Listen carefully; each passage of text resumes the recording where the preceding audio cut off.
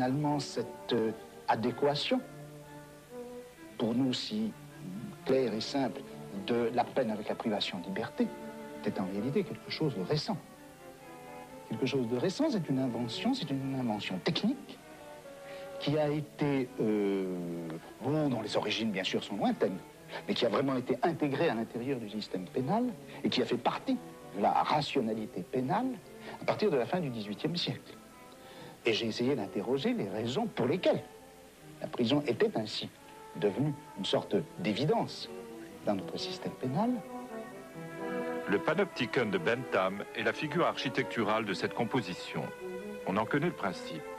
À la périphérie, un bâtiment en anneau, au centre, une tour. Celle-ci est percée de larges fenêtres qui ouvrent sur la face intérieure de l'anneau. Le bâtiment périphérique est divisé en cellules, dont chacune traverse toute l'épaisseur du bâtiment. Elles ont deux fenêtres, l'une vers l'intérieur correspondant aux fenêtres de la tour, l'autre donnant sur l'extérieur, permet à la lumière de traverser la cellule de part en part. Il suffit alors de placer un surveillant dans la tour centrale et dans chaque cellule d'enfermer un fou, un malade, un condamné, un ouvrier ou un écolier. Le panoptique est une machine à dissocier le couple voir être vu. Dans l'anneau périphérique, on est totalement vu, sans jamais voir. Dans la tour centrale, on voit tout, sans être jamais vu.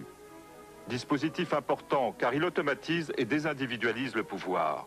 Celui-ci a son principe moins dans une personne que dans une certaine distribution concertée des corps, des surfaces, des lumières, des regards. Dans un appareillage dont les mécanismes internes produisent le rapport dans lequel les individus sont pris. Peu importe par conséquent qui exerce le pouvoir, un individu quelconque, presque pris au hasard, peut faire fonctionner la machine.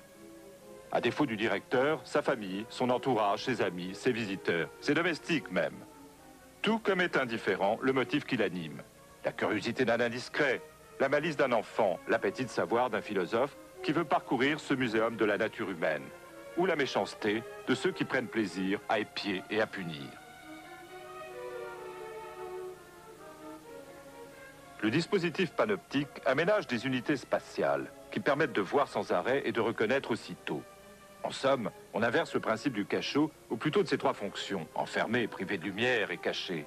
On ne garde que la première et on supprime les deux autres. La pleine lumière et le regard d'un surveillant captent mieux que l'ombre, qui est finalement protégée. La visibilité est un piège.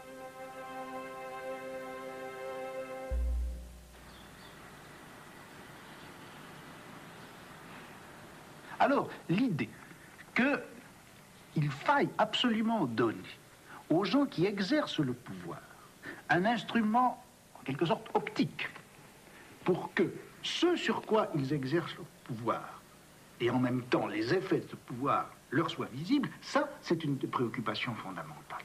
Doter le pouvoir d'un regard. Donner par conséquent, imposer à ceux sur quoi s'exerce le pouvoir, ou ceux sur qui s'exerce le pouvoir, donner une visibilité intégrale, exhaustive. Alors vous avez cette idée d'une communauté de visibilité, et vous avez cette autre idée d'un appareil technique permettant aux uns de voir les autres.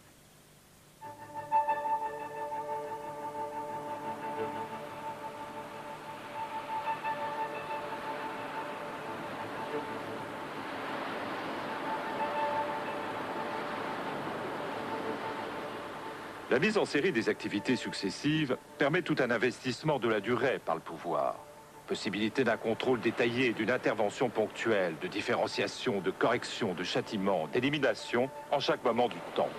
Possibilité de caractériser, donc d'utiliser les individus selon le niveau qui est le leur dans les séries qu'ils parcourent. Possibilité de cumuler le temps et l'activité, de les retrouver totalisés et utilisables dans un résultat dernier, qui est la capacité finale d'un individu. On ramasse la dispersion temporelle pour en faire un profit et on garde la maîtrise d'une durée qui échappe.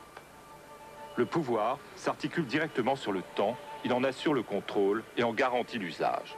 D'un mot, les disciplines sont l'ensemble des minuscules inventions techniques qui ont permis de faire croître la grandeur utile des multiplicités en faisant décroître les inconvénients du pouvoir qui, pour les rendre justement utiles, doit les régir. Une multiplicité, que ce soit un atelier ou une nation, une armée ou une école, atteint le seuil de la discipline lorsque le rapport de l'un à l'autre devient favorable.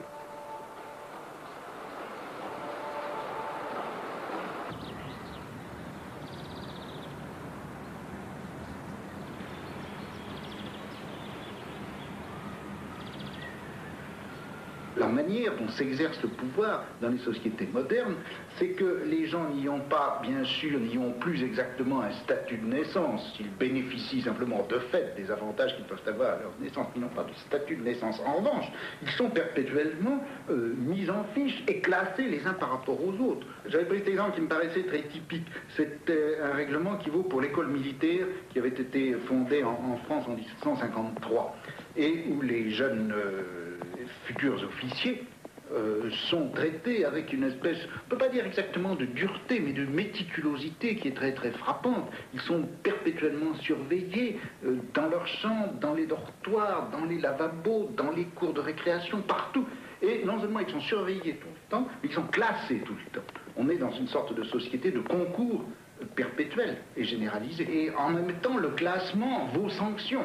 Car si vous êtes bien classé, c'est récompense. Mais si vous êtes mal classé, vous savez parfaitement que c'est punition. Et que ça entraîne toute une série de sanctions de fait.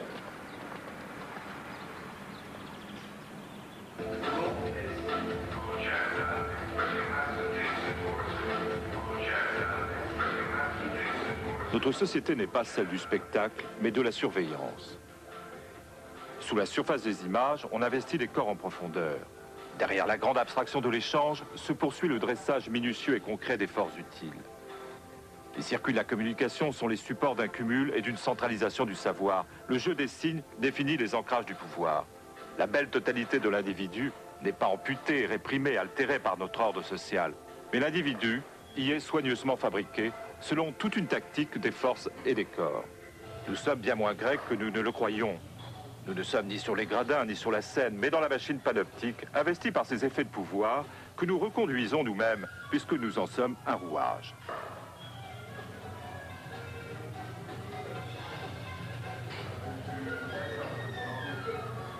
La servitude de soi, la servitude à l'égard de soi-même, est ici définie comme ce contre quoi nous devons lutter. Développement de cette proposition, être libre, c'est fuir la servitude de soi. Être esclave de soi-même, s'y servir. Être esclave de soi-même, c'est la plus grave, la plus lourde, gravissima de toutes les servitudes. Deuxièmement, c'est une servitude assidue, c'est-à-dire qu'elle pèse sur nous sans arrêt, jour et nuit, sans intervalle et sans congé. Intervalle homme comme Mercure. Troisièmement, elle est inéluctable. Et par inéluctable, il ne dit pas, vous allez le voir, qu'elle est tout à fait insurmontable.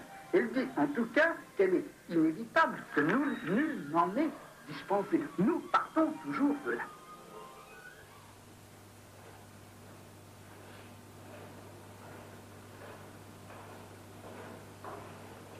Epiméléia et Utu, c'est le souci de soi-même, c'est le fait de s'occuper de soi-même, de se préoccuper de soi-même.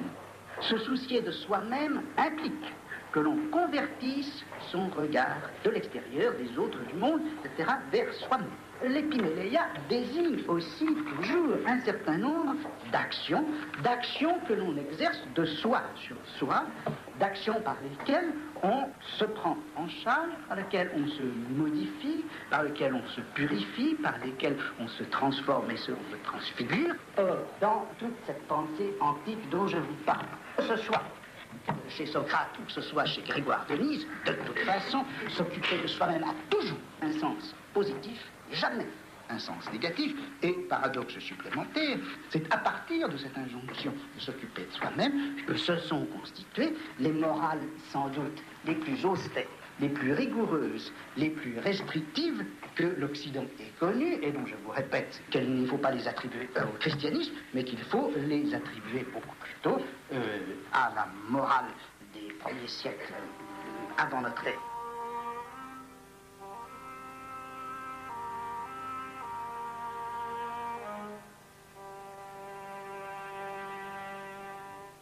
Ce que je voudrais ressaisir, c'est comment le souci de soi, qui avait été longtemps avant Socrate et dans la tradition grecque, commandé par le principe d'une existence éclatante et mémorable, comment ce principe du souci de soi,